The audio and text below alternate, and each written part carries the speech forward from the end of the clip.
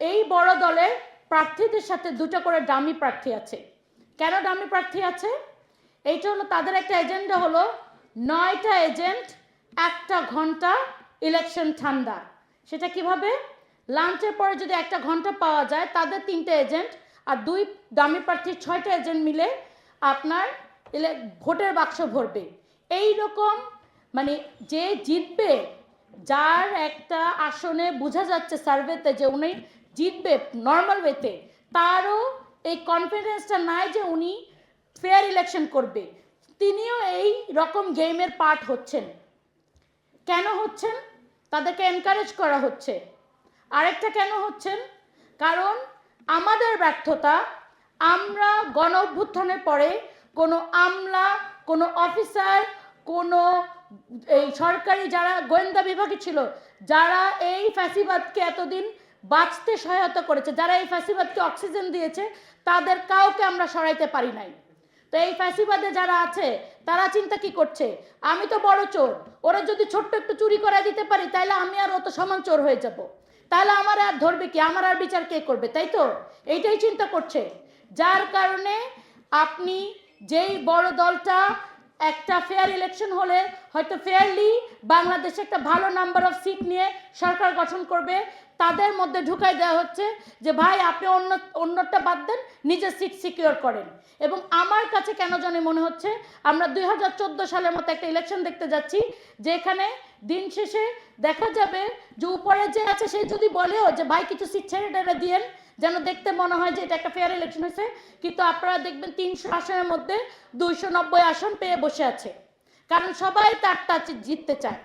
তো এই রকম একটা ইলেকশন যখন আমরা চোখের সামনে দেখছি, তখন আমরা যারা যেসব প্রার্থীরা যাদের পেশি এবং টাকা শক্তি নেই, তারা কি করব? তারা কি করব জানেন?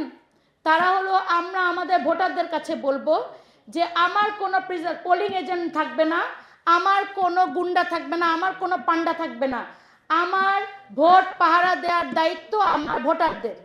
আমি তাদের জনগণের হাতে ছেড়ে দিলাম, কারণ জনগণ এই এত রক্ত দিয়ে এই রকম ইলেকশন ইঞ্জিনিয়ারিং আর হইতে দিবে না, দিবে না। আমরা চাই না যে আর কোনো প্রকার ইলেকশন ইঞ্জিনিয়ারিং আমরা দেখি। এইটা আমাদের অস্থিমজ্জার মধ্যে ঢুকে গেছে, কিন্তু আমরা নতুন জেনারেশন তো চোর না, সুতরাং কারো চুরিতেও আমরা থাকবো না, কারো চুরি আমরা হইতে দিব না। এটাকে ঠেকাতে পারবে একমাত্র আমাদের সাবধানতা এবং আমাদের অ্যাওয়ারনেস। আমাদের ইয়াং জেনারেশনকে অ্যাওয়্যার থাকতে হবে, তাদেরকে বুঝতে হবে কখন কি হচ্ছে। ইলেকশনের দিন খুব অ্যাওয়্যার থাকতে হবে। আমরা আই হেট পলিটিক্স জেনারেশন থেকে যে জেনারেশনকে বের করে এনেছি এই 24-এর মাধ্যমে, তাদেরকে এঙ্গেজ করতে হবে, তাদের সবাইকে নিয়ে ভোট প্ল্যানিং করতে হবে। এবং ভোটের দিন তার আগে কয়েকদিন আপনারা একটু খেয়াল করবেন, টাকা কিন্তু বাতাসে উড়ে। এইবার এই টাকাটা বাতাসে উড়ানো বন্ধ করতে হবে। আমাদের ইলেকশন কমিশন যে ইসি, উনি একটা দলের প্রধানকে রিকোয়েস্ট করেন যে আপনি আপনার সফর করেন না, অথচ কি হওয়া উচিত ছিল, ইলেকশন কমিশন নির্দেশনা দিবে যে এইটা আপনি সফর করলে নির্বাচন আচরণবিধি লঙ্ঘন হয়, সুতরাং আপনি এটা করতে পারেন না। রিকোয়েস্ট করার কিছু আছে? তা এত মেরুদণ্ডহীন ইলেকশন কমিশন, এই যে আমরা যে কথাটা বলছি যে ভোটার বাক্স পূরণ করা হবে, এইটা ঠেকাইতে কি কিসের ব্যবস্থা হয়েছিল? এটা প্রস্তাব এসেছিল না সিসিটিভি? সবাই কিন্তু সব দল কিন্তু ঐক্যমত্য হলো সিসিটিভি স্থাপন করা হবে। হঠাৎ করে নির্বাচন কমিশন ইউনিল্যাটারি ডিসিশন নিল যে সিসিটিভি দেওয়া হবে না। এইটা কার সাথে? এখানে স্টেক হোল্ডাররা কারা? আমরা স্টেক হোল্ডার না? আমাদের কারোর সাথে তো আলোচনা করা হয় না যে সিসিটিভি থাকবে না। সিসিটিভি কেন থাকবে না? কারণ এই চুরিগুলো যেন ধরা না যায়, এই চুরিগুলোর যেন রেকর্ড না রাখা যায়। কিন্তু ওনারা জানেন না চুরির রেকর্ড কোথাও না কোথাও থাকে। চুরির রেকর্ড, হাসিনা চুরির রেকর্ড 10 বছর, 5 বছর, 20 বছর পরে হইলেও বেরোচ্ছে না।